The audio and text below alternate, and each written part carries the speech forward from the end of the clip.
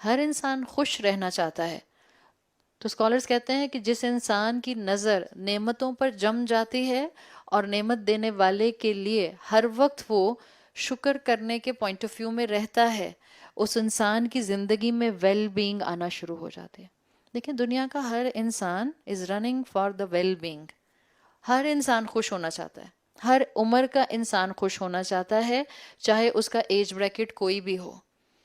کیا ایک آپ کی مثال کے طور پر دادی ہیں، ان کی عمر ہے 95 ایئرس. آپ کا خیال ہے ان کا خوش ہونے کا دل نہیں کرتا ہوگا؟ آپ کہیں لو دادی اب آپ نے 95 ایئرس کی خوشی تو گزار لی، کوئی بات نہیں اگر آپ کو اس وقت تکلیف ہو رہی ہے تو اٹس اوکے. ہر انسان خوش ہونا چاہتا ہے نا، صرف فرق ہوتا ہے اسکیل اینڈ اسکوپ کا. ایجوکیشن ورلڈ میں وہ کہتے ہیں ہر انسان خوش رہنا چاہتا ہے. The only difference you will find among the human beings is the difference of scale and scope. بعض لوگ بہت سطحی زندگی گزارتے ہیں، ان کے لیے صرف ویل بینگ کا کانسیپٹ یہ ہوتا ہے میں خوش ہو جاؤں، میں اچھی لگوں، میں ہنسوں، میں اپنی پسند کا کھاؤں، میں اپنے حساب سے اپنی پسند سے زندگی گزاروں، میری ڈیزائرز اور میری ٹیمپٹیشنز پوری ہو جائیں. ایک انسان یہ ہوتا ہے. اس سے بڑھ کر ایک انسان ہوتا ہے جس کا اسکیل اور اسکوپ ویل بینگ میں تھوڑا سا اوپر اٹھ جاتا ہے. یہ جو میں والا تھا پہلا والا، یہاں کون فٹ آئے گا؟ ہاں اب تو بہت ہی عاجزی والے لوگ ہو گئے، فوراً ہی فٹ کر دیا اپنے آپ کو. میں کہنے والی تھی آپ کے بچے، اس لیے کہ میں جو دوسرا اسکیل اینڈ اسکوپ بول رہی تھی اس میں آپ اور میں فٹ ہو جائیں گے. پہلے والے میں جنرلی ان میرڈ بچے، ینگسٹرز فٹ ہوتے ہیں. اپنے ہی حسن کا دیوانہ بنا پھرتا ہوں، اماں میرے لیے افطاری میں کیا. والد کا بھی اللہ نے یہ مقام رکھا ہے. ماں صرف بھاگتی دوڑتی ایفرٹ کرتی ہوئی تکلیف اٹھاتی ہوئی نظر آتی ہے، باپ نظر نہیں آتے ہیں، حالانکہ تکلیف شاید وہ بھی اتنی ہی اٹھا رہے ہوتے ہیں. باپ جتاتے نہیں ہیں، مائیں جتاتی بہت ہیں.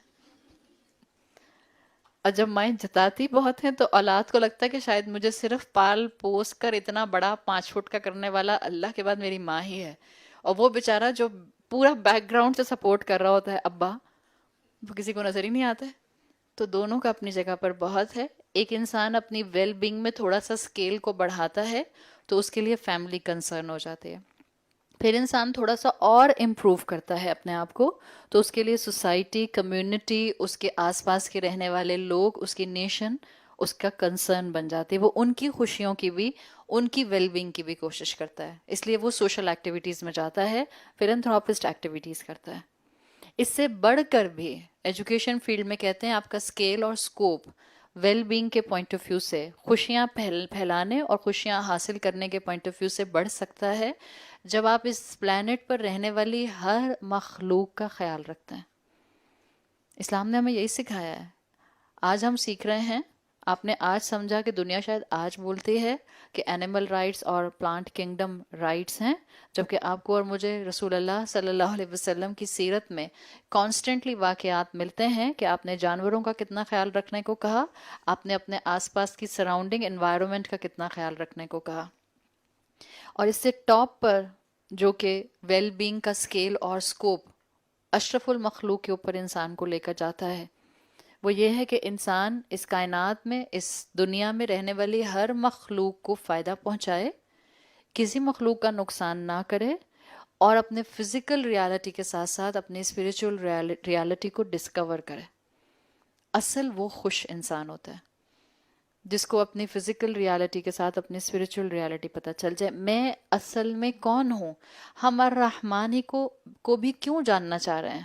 الرحمن کو جانیں گے تو انسان کو اپنی حقیقت نظر آئے گی. اس لیے ہم نے آپ کو کتابوں میں لکھ کر دیا تھا کہ ہم اس قدم پر آگے جانا چاہ رہے ہیں، finding your self in the mercy of your lord. اللہ کی محبت میں، اللہ کی شان رحمانی میں ہم